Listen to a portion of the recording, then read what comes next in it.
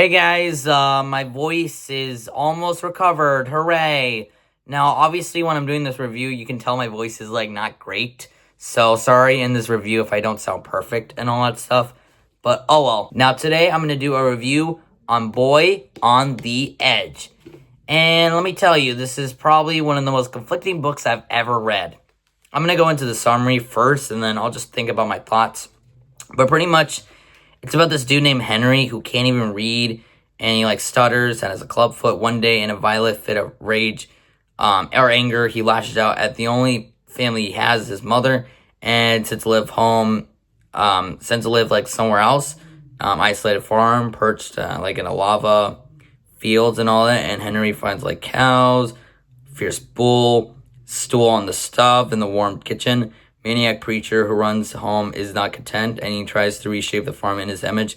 He will change the lives of every boy who lives there in most unexpected ways and unpredictable, as well as see Henry's life on the farm is cruel and desperate, tender and remorseful as he discovers kindness, the most important friendship. I'm going to be honest, though, when I'm reading the book, it just didn't pique my interest. And I'm going to be honest with myself. Don't get me wrong. I think the depth is really damn good. It's just really good with how like its structure is and all that stuff. And when talking about like serious topics and all that, they kind of did a good job on it.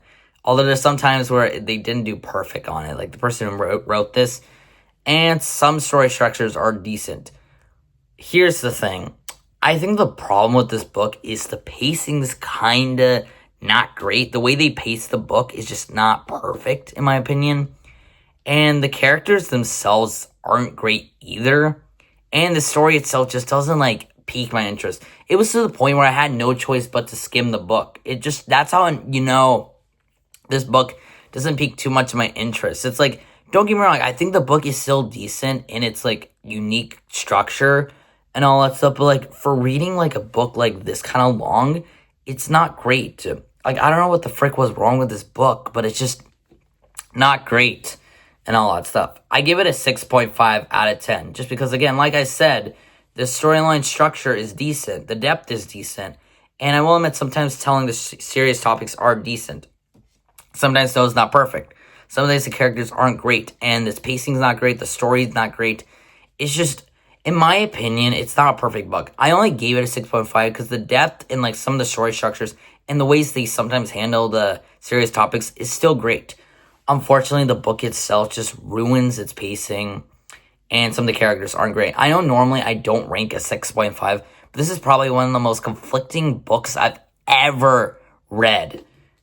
To be honest, I'm never reading this book again. Honestly, as much as it has some decent things going for it, it's just one of those books that just makes me want to pass by. And it's like, no thanks, I don't want to read this again, Hopefully, the next book I get in the future is nothing like this. Just because, honestly, this was more a conflicting book. Like, I understand it has serious issues and all that.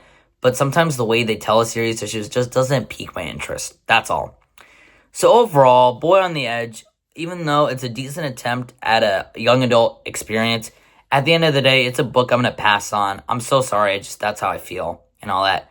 Now, I hope you guys enjoyed this video. Again, I'm sorry if my voice sounds a bit tired and all that. But again, like I said, I'm recovering from a sore throat. I'm almost recovered. Hopefully, by like a day or so, I'll be hopefully back to normal and all that stuff. I'll see you guys later. Goodbye.